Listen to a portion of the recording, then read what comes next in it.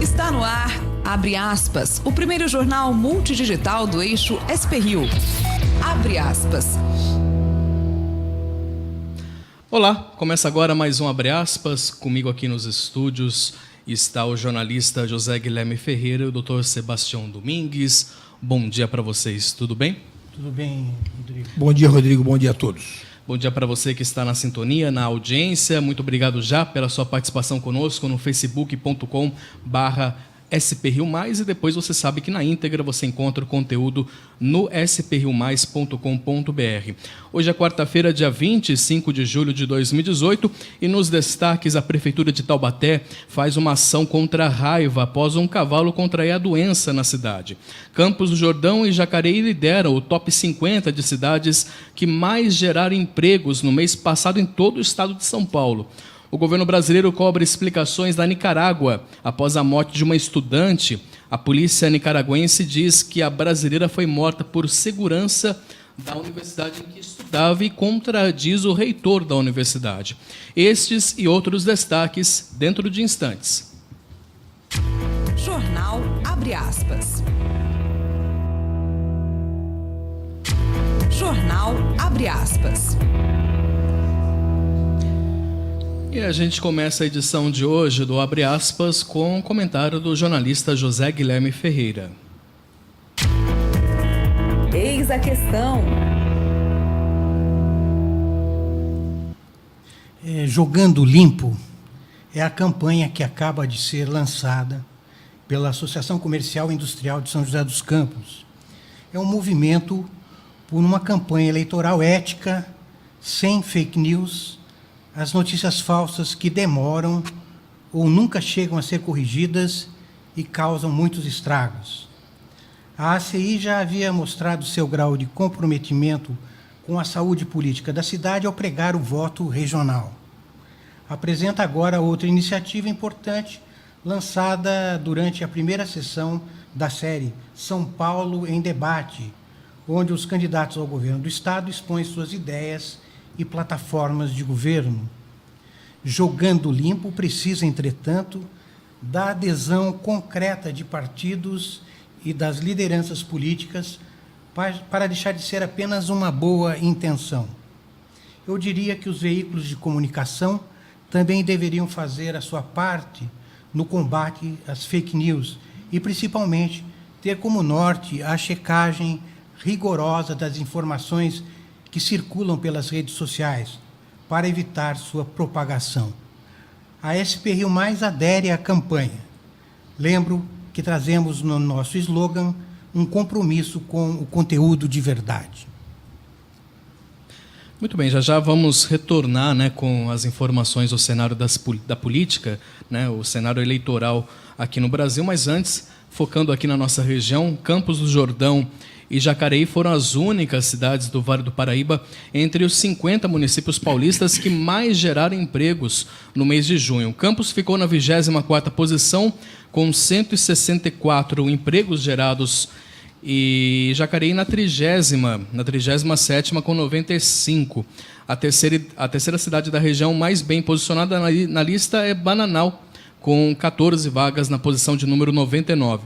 São José dos Campos perdeu 352 posições nesse ranking estadual do emprego no mês de junho, comparado aí a maio, despencando do décimo para o lugar de número 362.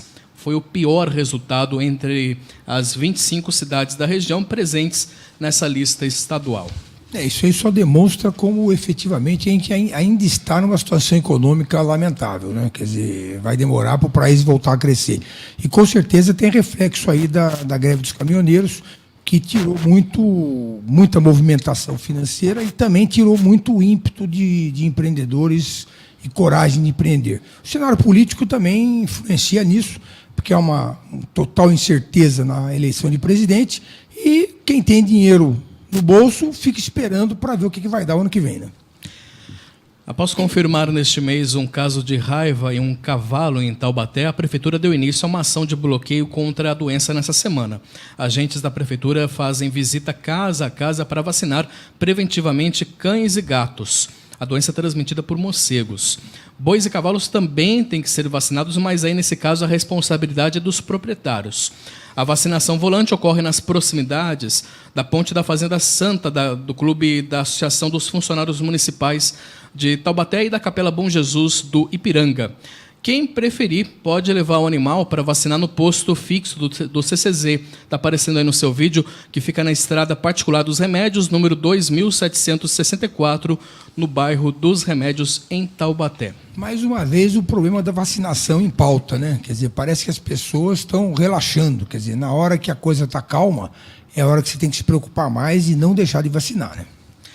A primeira vara da Fazenda Pública de São José dos Campos revogou a liminar concedida às empresas Paulitec Construções, que suspendia o contrato assinado entre a Prefeitura de São José e a Queiroz Galvão para a construção da ponte estaiada na região oeste. Vencedor da licitação com o menor preço, o consórcio Paulitec Cidade foi desclassificado pela Prefeitura por não cumprir requisitos técnicos exigidos pelo edital. Com isso, a construtora Queiroz Galvão, investigada na Operação Lava Jato, venceu com o segundo menor preço e o contrato foi assinado. Além de revogar a liminar, o juiz recusou o entendimento de que a desclassificação do consórcio poderia sugerir direcionamento da licitação. A Prefeitura emitiu, no dia 29 de junho, a ordem de serviço para o início da obra, que deve terminar no mês de agosto de 2019. Essa obra vai continuando gerando polêmicas, né? Mas eu tenho certeza que quando estiver pronto, o pessoal vai querer tirar uma foto lá. Agora, sobre a Queiroz Galvão, é o seguinte, a gente precisa tomar cuidado também, é o seguinte, de repente, não acabar com as empresas porque elas cometeram erros no passado, né? Que, afinal de contas, elas têm empregados, elas têm toda uma estrutura, né? Você não pode matar a empresa por problemas que ela teve anteriormente. Se ela se comprometeu, fez o acordo de leniência, está pagando o que deve, ela tem todo o direito de se recuperar como qualquer pessoa, né?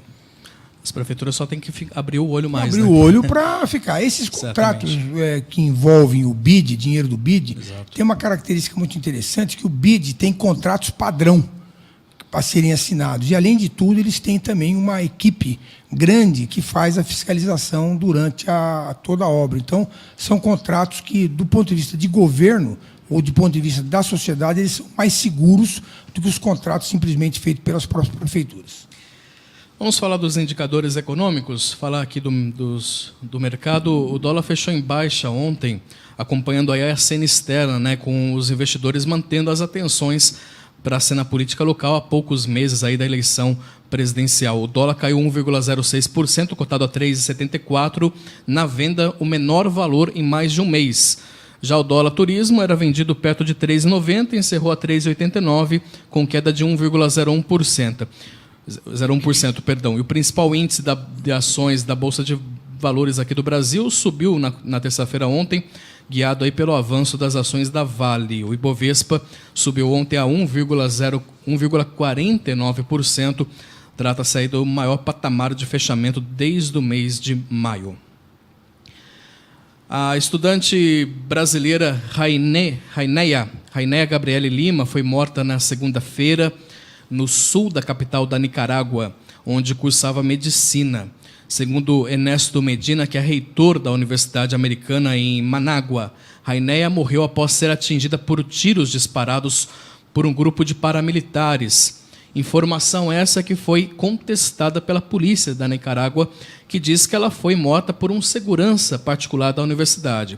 O Brasil quer a punição dos responsáveis pela morte da brasileira e o governo também convocou o embaixador brasileiro da Nicarágua para tratar do assunto e também da crise política e social daquele país.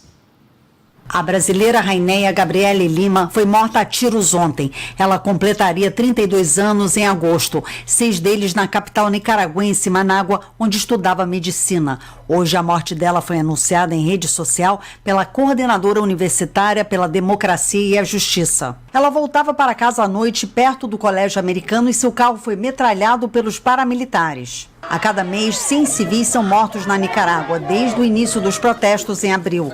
Muitos deles jovens estudantes baleados pelas forças de segurança e de grupos paramilitares simpatizantes do governo. Uma denúncia feita por Paulo Abrão, secretário executivo da Comissão Interamericana de Direitos Humanos. Ele visitou a Nicarágua 2 vezes para investigar as denúncias de excessos cometidos na repressão. No rol das pessoas feridas e falecidas, o padrão de lesões demonstra claramente a possibilidade de execuções extrajudiciais, as pessoas com tiros nas cabeças, nos olhos, na nuca, no tórax, nas costas, ou seja, atiraram para matar. O Itamaraty pediu ao governo nicaragüense esclarecimentos sobre as circunstâncias do crime de Rainéia. No comunicado, o governo brasileiro torna a condenar o aprofundamento da repressão, o uso desproporcional e letal da força e o emprego de grupos paramilitares na repressão. O documento também repudia a perseguição de manifestantes, estudantes e defensores dos direitos humanos. Em entrevista à emissora Fox News, Daniel Ortega disse ontem que vai terminar o 3º mandato em 2021 e negou qualquer ligação com os grupos paramilitares. Na mesma noite, 4 pessoas foram mortas, entre elas Rainéia. As organizações estudantis que têm participado ativamente das manifestações na Nicarágua convocaram uma vigília hoje em homenagem a Rainéia Lima. Só então para complementar que o embaixador vai ser ouvido hoje pelo governo justamente para averiguar aí essas informações de que a polícia contradiz o reitor da universidade. A situação é complicada. Tem 2 coisas de fundo aí. Primeiro que é o Ortega querendo, na verdade, implantar uma ditadura, né? Quer dizer, o fato concreto é que todo governante tem que aceitar que existem pessoas que não gostam do que ele faz e não concordam com o que ele faz.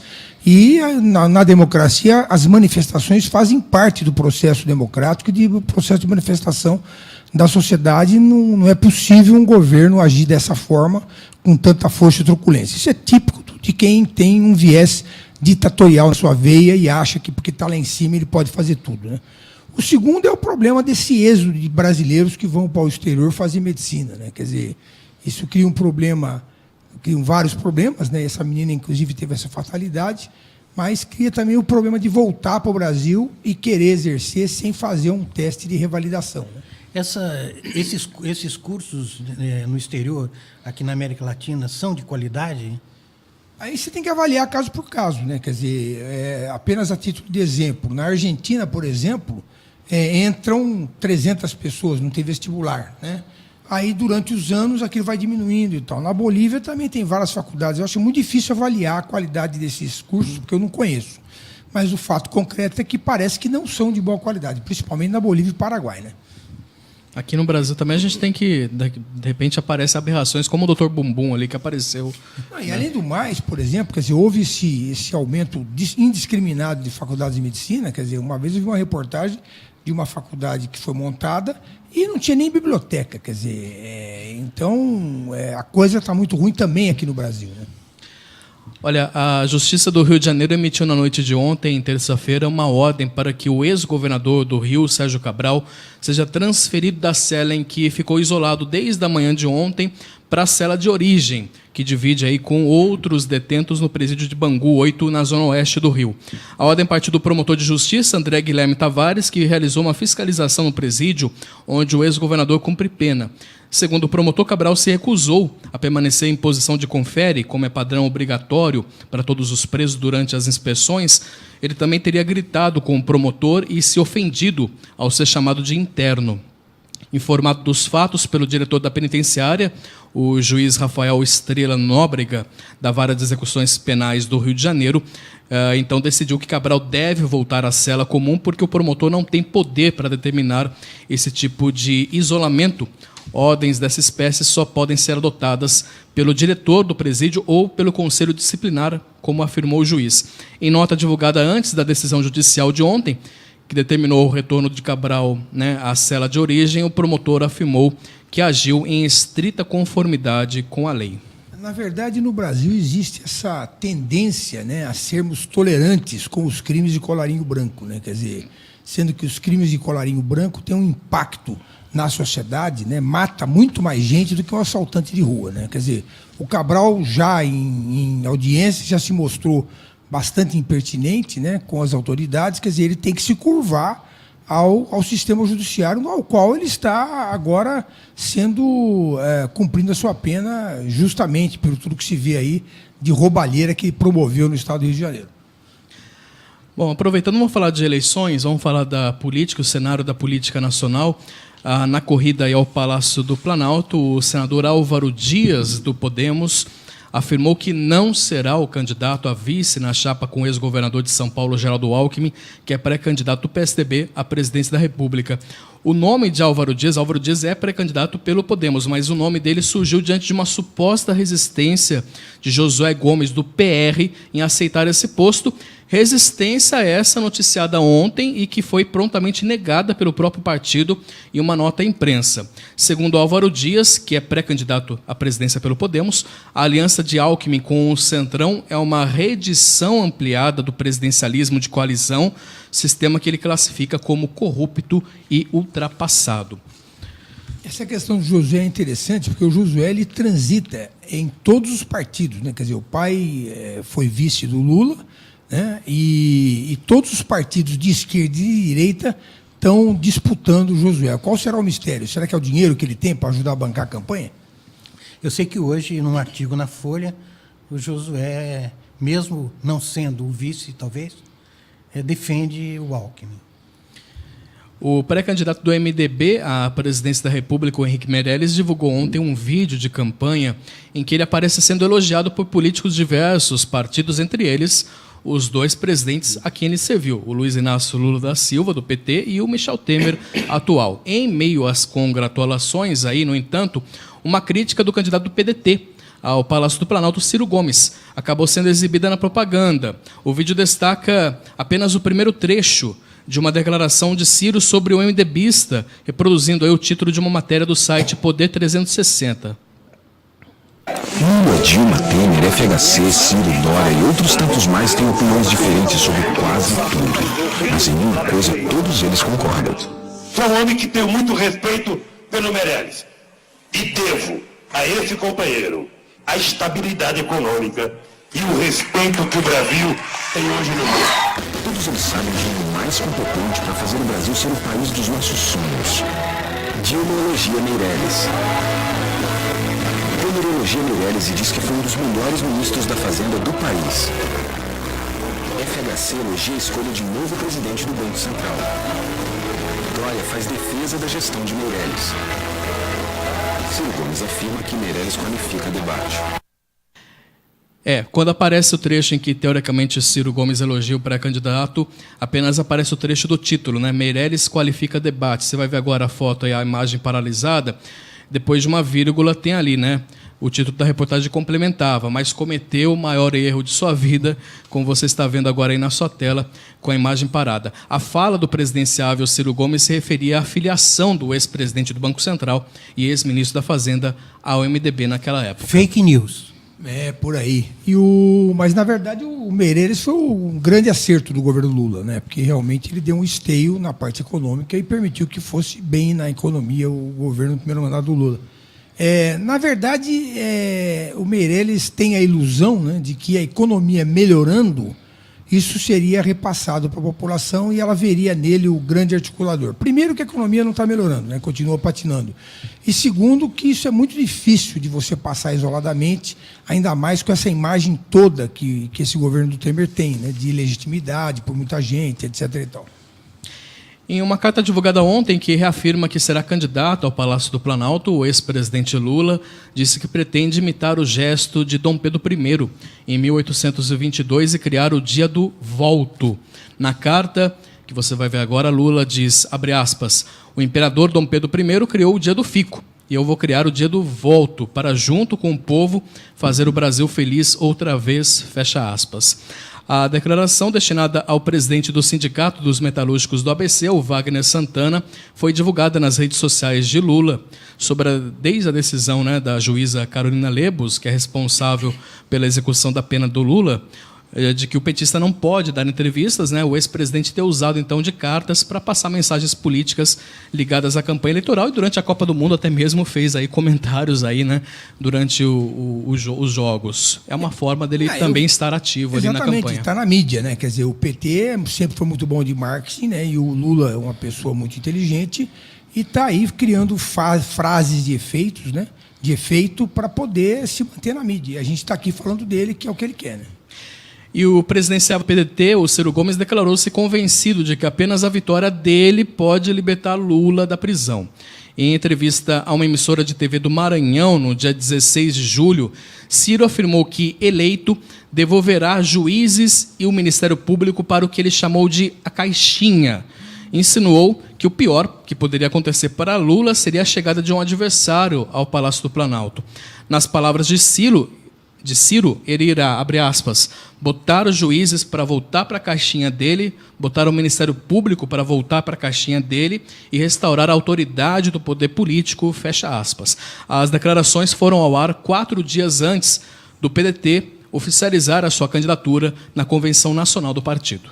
O Ciro é um candidato que tem muito perigo de morrer pela boca, né? Porque ele é muito impulsivo, né? Muito intempestivo. Na minha opinião, ele tem um viés ditatorial também forte, quer dizer, ele quer que a opinião dele prevaleça sobre tudo, e fica aí também uma mensagem subliminar, né? Quando ele diz que vai enquadrar o judiciário, coisa que ele não tem poderes para fazer, ele está dizendo aos colegas deles, deputados, que estão respondendo a processos, que contem com ele para defendê-los, né? Porque, na verdade, tem muita gente na Câmara Federal que está morrendo de medo do judiciário. Mas, obviamente, ele não tem esse poder de atuar no judiciário, que são poderes independentes, que é o que garante a democracia. E uma coisa que eu não entendo nessa estratégia dos defensores do Lula é esse hábito, essa continuidade de ficar fustigando, né, o judiciário. Quer dizer, o judiciário, que é o meio pelo qual as coisas podem acontecer, você vai lá e só critica,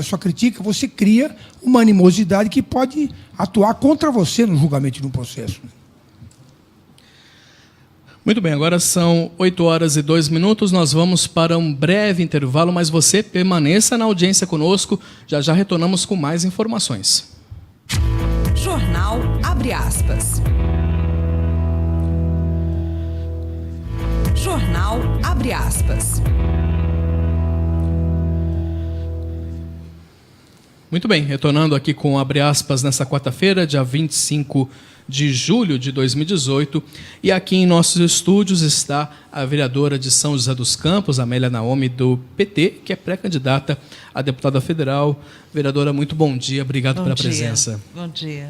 A gente está aqui na bancada com o jornalista José Guilherme Ferreira e o doutor Sebastião Domingues. Eu queria iniciar essa primeira pergunta aqui, questionando qual foi o motivo, o que motivou a você se colocar como pré-candidata a deputada federal. Bom, eu me motivei porque o nosso candidato, e que tem cadeira cativa, o ex-prefeito Carlinhos de Almeida, fez uma reflexão interna no partido e avaliou. Hoje, a representação de mulheres no Congresso Nacional é menos que 10%, né? E eu participei da última eleição, faltou 3.000 votos, e baseado nessa, inclusive na representação hoje interna no PT, nós teremos mais que 30%, ou todos os partidos têm 30% de candidatas.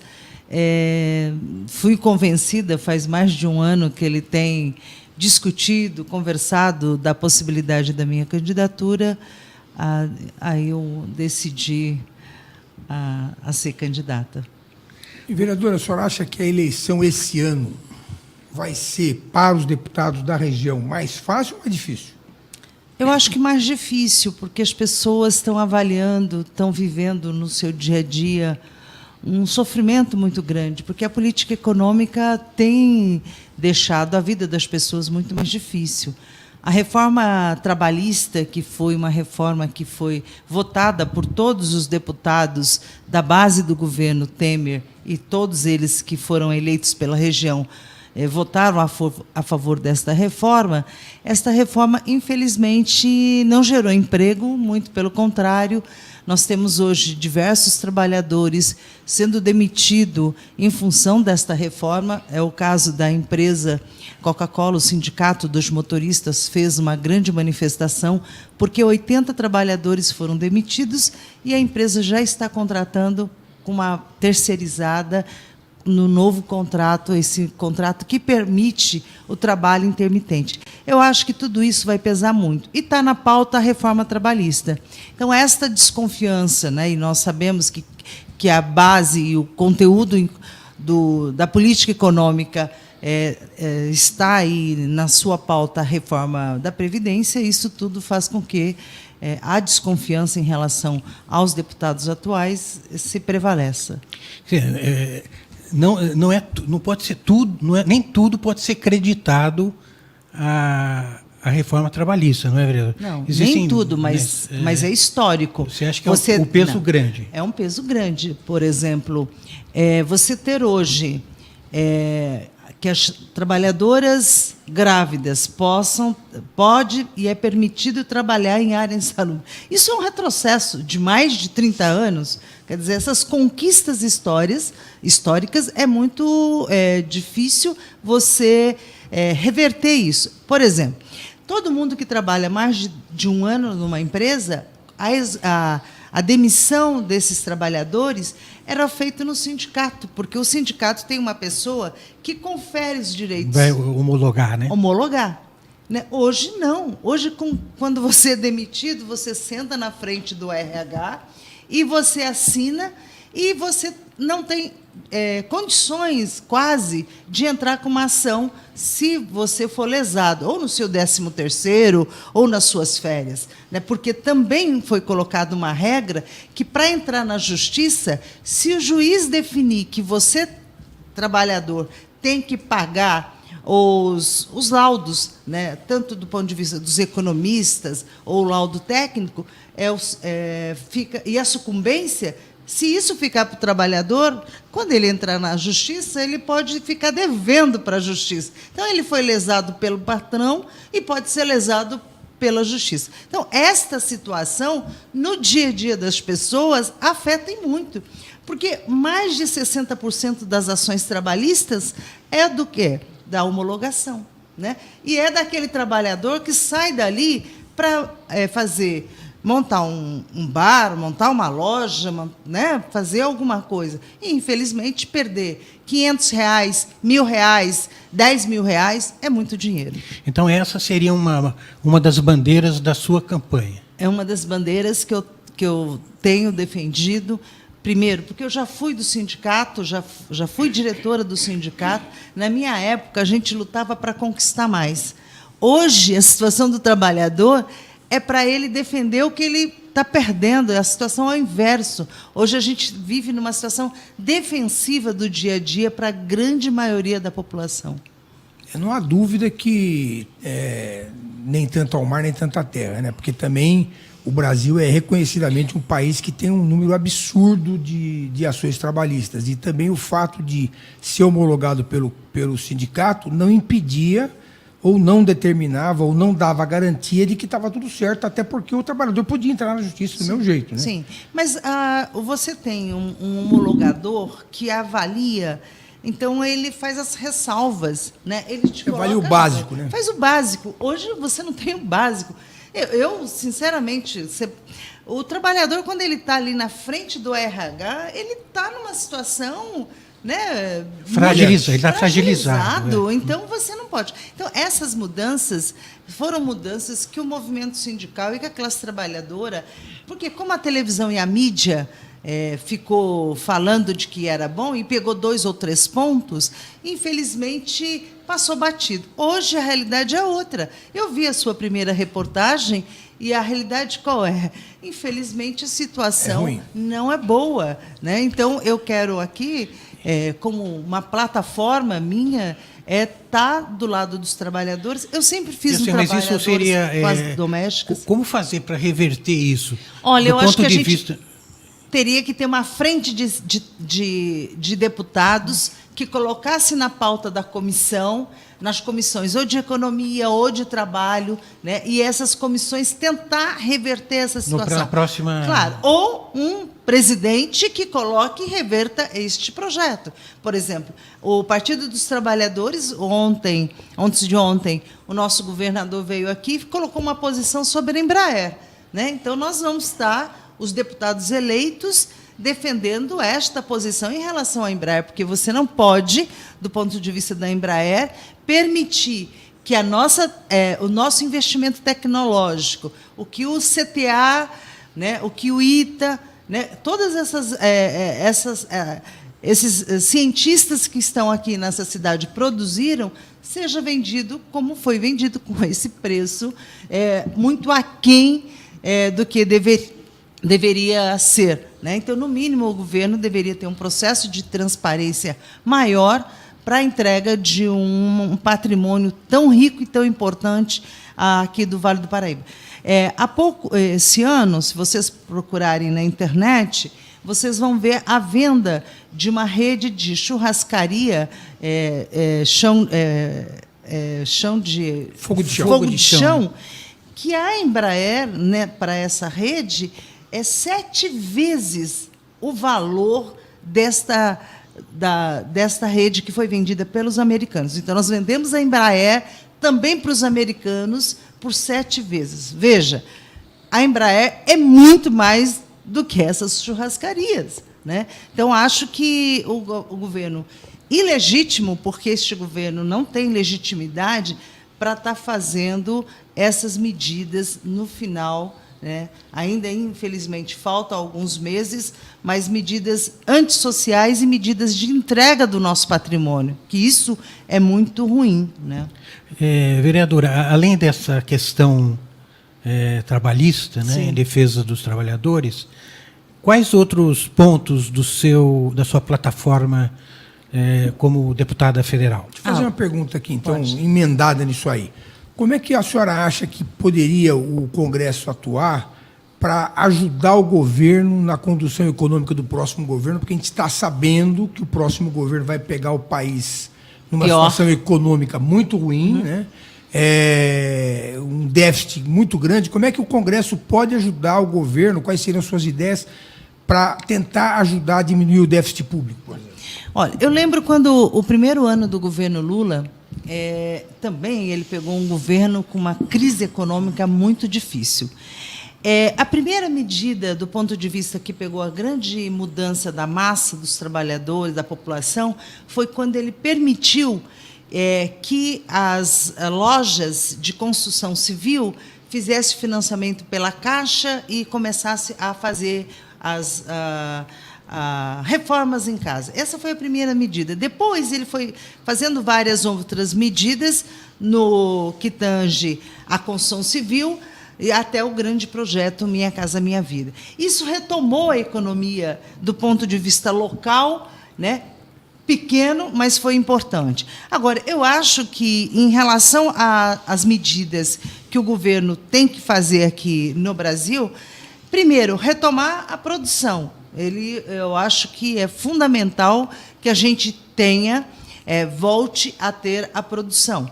Infelizmente, a Lava Jato foi importante, mas a Lava Jato também destruiu as empresas nacionais. Quem são as grandes empresas hoje que estão aí contratando e produzindo? A Petrobras, aqui no Vale do Paraíba, em São José dos Campos, em função do pré-sal, aqui em Caraguatatuba, nós tivemos uma produção, né? Nós tivemos vários setores em São José produzindo em função do pré-sal, né? Aqui embaixo. E as empresas eram empresas, tanto empresas nacionais, mas como o setor de logística, setor da construção civil, todos esses setores estavam ativos. Bom, eu entendo que o setor de produção ele tem que ser retomado. Nós temos que continuar investindo nas empresas brasileiras, porque não dá para a gente destruir, entrar na onda da destruição do nosso grande mercado, ou mesmo da própria Embraer, e depois nós ficarmos submissos às empresas de produção estrangeiras. Então, nós já produzimos muito, já exportamos muito. Produzimos na América Latina, na África do Sul, né? E, infelizmente, hoje, se você andar de Uber, a maioria dos motoristas de Uber são o quê? Engenheiros da construção civil, que hoje não tem nenhuma perspectiva de emprego, né? E que teve períodos no Brasil, no auge, inclusive, da Petrobras, que você tinha o quê? O setor da construção civil na ativa. Hoje, o governo, infelizmente, já privatizou e entregou parte do pré-sal. Para que preço? Um preço muito aquém. E para quem? Para as empresas multinacionais e com isenção de 10 anos de imposto. Veja, quando a gente discutiu um período aqui, no Brasil, do pré-sal, o Congresso Nacional, os deputados discutiam para onde ia o dinheiro do pré-sal, né? E aí foi decidido, porque ficavam aquela discussão, vai para cidades que estão acolhendo a empresa, tipo, vai só para Caraguatatuba, vai no entorno? Não, aí decidiram que ia para a educação, né? E, infelizmente, o pré-sal não vai mais para a educação. O pré-sal vai agora para as empresas multinacionais que estão entrando e que vão... Se esse governo e se essa política econômica for desencadeada e tiver continuidade para os próximos presidentes, infelizmente, nós perdemos parte da riqueza. Então, eu acho que tem que retomar a produção, apostar no que a gente tem de bom. Nós temos tecnologia também, que foi construída ao longo de um processo com muita luta.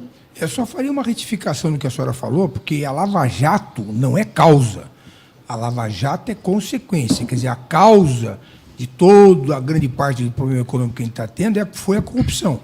A corrupção levou a Lava Jato. Mas não levar a destruir. Não para destruir as empresas, sim, como destruíram. Quem destruiu foi a corrupção, não a Lava Jato. A Lava Jato é mais ou menos aquela história da pessoa que leva um tiro, né, vai para o hospital, e a causa da morte dela é o atendimento médico. Não é. A causa da morte dela é o tiro que foi dado. Quer dizer, a Lava Jato não é causa, ela é consequência, na minha opinião. Sim. Muito bem, diante desse cenário que a gente está vendo de incerteza, cenário turbulento, sim, aí você tem candidatos, e ainda mais com fake news, enfim, a presença da internet também muito forte, apesar de que na hora do voto talvez essa influência não seja tão grande assim, mas enfim, a gente vai ver isso no fato nas urnas mesmo em, sim, outubro, com essa disparada do Jair Bolsonaro. A senhora vai usar bastante as redes sociais? Essa é a pergunta. Como é que seria a posição sua diante desse cenário tão complicado? É uma eleição que para você vai ser mais difícil? Não, encarar? Eu vou fazer o dia a dia, eu vou andar na rua. Gastar sola de sapato. Gastar sola de sapato, vou fazer a campanha que eu sempre fiz, vou nas fábricas, vou visitar as pessoas. Afinal, a senhora está no 8º mandato, né? Estou no 8º mandato. Consecutivo, né? Sim, sim. Mas eu sou uma pessoa que, se você chegar 8 horas lá na Câmara Municipal, todos os dias eu estou lá, ou para atender as pessoas, ou para ouvir as demandas da semana e tal. Então, tenho um mandato muito presente e sou uma trabalhadora do parlamento. Viu, vereadora? Eu queria saber como está sendo discutido dentro do Diretório Municipal do PT a questão da vereadora Juliana Fraga, sim, que também se dispôs a concorrer por essa vaga a deputada federal, né? Olha, a convenção do PT é dia 28. Então, dia 28, o PT deve decidir. Agora, o número de mulheres nas chapas do Partido dos Trabalhadores sempre foi uma busca de você ter não só 30%, mas ter 50%. O PT sempre foi um partido que respeitou todas as tendências internas do PT. Então, quando você tem uma mudança de presidente, Nós não somos aquele partido pequeno, aqueles nanico, que o deputado vai indicando o presidente, se fechar com a campanha, aí o presidente do local, da cidade, resolve mudar, ele perde o partido. Não. O PT é eleito democraticamente, todas as correntes, as nossas teses são públicas, divulgadas na internet, nos jornais, e a representação de todos, as tendências, se atingir 10%, tem uma representação. Né? Como tem a representação na direção de mulheres, jovens e LGBT. Né? Então, esta representação, inclusive, foi uma maneira, o Estatuto do PT fez isso para oxigenar e a gente não ter aquelas direções permanentes. Então, quando você coloca o corte de gênero e você coloca o de raça e de jovens, você permite uma mudança bastante grande, isso no Brasil inteiro. Isso já é a segunda eleição que a gente tem sobre este modelo. Então, nós construímos isso através de congressos nacionais. Então, não tem problema nenhum, então, na convenção aparecer essa candidatura. Eu acho que as convenções são convenções mais de homologação das candidaturas. Mas o PT vai lançar um candidato a deputado federal, então, em São José. E no Vale? Como é que vai ser o Vale? Não, o Vale nós temos uma candidata a federal em Taubaté, temos um em Guará, né? O doutor, ele é um médico, já foi candidato a prefeito. A nossa candidata de Taubaté também uma candidata que já foi candidata a prefeita, porque nós temos também a construção de todo o processo eleitoral, a construção do partido, das correntes e do futuro, né? Então, uma eleição, uma pré-eleição, né? Você tem aí a perspectiva de ter uma boa chapa de vereadores. Eu tive essa semana em Catanduva e eu fiquei super contente, porque em Olímpia, que é uma cidade, eu tive 400 votos. Aí eu estive lá conversando com as pessoas, e as pessoas que fizeram a minha campanha estavam super felizes, porque a coordenação de Olímpia, o menino virou vereador, o outro era assessor da Secretaria, né? de Saúde. Então, todos muito felizes em ter feito a minha campanha de deputada, ter me dado 480 votos e agora com uma representação real política na cidade. Né? Na verdade, independente de partido, o que precisa acontecer é justamente isso, a população se envolver mais na política, porque a população reclama dos políticos, mas os políticos são indicados pelos partidos. E os partidos indicam, quem indica são as pessoas que fazem parte do partido. Então, se você só tem pessoas ruins no partido, vão indicar candidatos ruins. Se você tiver pessoas, entre aspas, melhores ou boas no partido, você vai ter melhores candidatos. Então, o importante nessa discussão toda é que realmente as pessoas participem dos partidos políticos, independente do partido que for. Claro, dentro do que ele acha correto em termos de ideologia. Na última eleição, uma fatia grande foi de eleitores fora de São José, não é? Sim, sim. É uma grande maioria. Além de Olímpia, qual outra região que eu teve bastante votos? Eu tive 8.000 votos em Jacareí. Em Jacareí. Eu espero continuar tendo. Tive bastante voto aqui na Cachoeira Paulista, em Guará. Para a gente encerrar, vereadora, a gente já está com o tempo já um pouquinho mais estourado, mas eu queria te fazer uma última pergunta. Colocando nesse cenário, a gente está colocando você está como pré-candidata a deputada federal, eu queria que você analisasse a atual representatividade do Vale do Paraíba lá em Brasília. Você acha que atualmente é uma representação que está carente, é uma representação que merece mais um esforço, um reforço maior? Eu acho que a proposta da ACI, que é o voto regional, eu acho importante. Eu estou a favor da proposta do voto regional. Agora, eu não me sinto representada pelos deputados que foram eleitos neste período. Até porque, como eu já elenquei aqui, eles votaram vários projetos que eu discordo. Além dos trabalhadores, nós tem na pauta aí o projeto do agrotóxico. Veja, nós estamos no fim do governo Temer e ele continua pautando, ou o Congresso pautando questões que, infelizmente, vai prejudicar a vida das pessoas.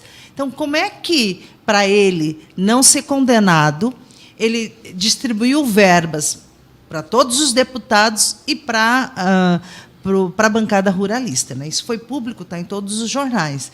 Bom, além de distribuir as verbas, agora vêm os projetos da bancada ruralista sendo votados no Congresso Nacional. Então, já passou numa comissão, agora vai para o plenário. Nós estamos fazendo o abaixo-assinado, já tem muitas assinaturas, não só eu, mas o Brasil inteiro, para que não seja colocado na pauta esse projeto, né, que seja colocado pelos novos deputados, ou que não seja colocado, porque hoje você tem no agrotóxico, quando ele para ser liberado, tem uma comissão da Anvisa que investiga, né, que acompanhe um período. Agora, você não pode liberar geral e tem uma série de produtos químicos proibidos na Europa entrar aqui no Brasil sem nenhum controle, né? Então, nós temos que avançar, né?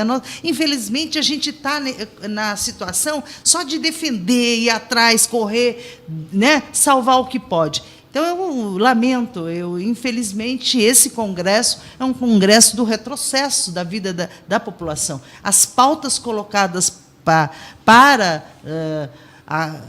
em vez de avançar, infelizmente, é muito difícil e muito dura. Você vai ter pulso firme para enfrentar isso no Congresso? Tenho. Eu acho que eu posso e tenho esse compromisso. Eu acho que algumas questões que são esses privilégios e essas aberturas, quero contar, trabalhar lá, e não só de estar votando, mas de estar colocando para São José e acompanhando isso.